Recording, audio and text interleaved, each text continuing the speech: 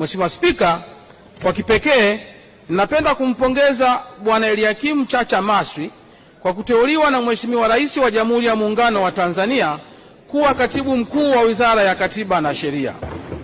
Kwa dhati kabisa ninakiri kuwa kupitia utendaji kazi wake mahiri na mzuri, ndugu Maswi amekuwa msaada mkubwa katika kuboresha sekta ya sheria, ambapo kwa kipindi kifupi cha takribani miezi 9 tangu alipoteuliwa kuwa katibu mkuu amewezesha maboresho mbalimbali kwa wizara na taasisi za wizara, na hivyo kuchochea ufanisi katika utendaji kazi na kuimarisha upatikanaji haki kwa wananchi.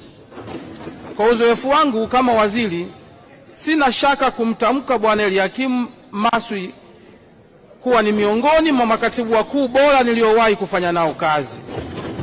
Huwa najisikia faraja kufanya kazi na katibu mkuu wa aina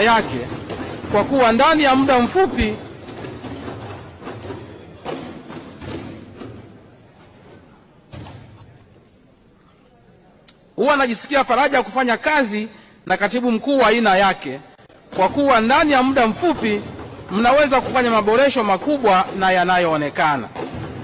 Uteuzi wa Bwana Eliakim Chacha Maswi kuwa katibu mkuu na Dr. Franklin Jason Rwezimula kuwa naibu katibu mkuu wa Wizara ya Katiba na Sheria ni ishara ya imani kubwa alionayo Mheshimiwa Rais juu ya utendaji kazi wao.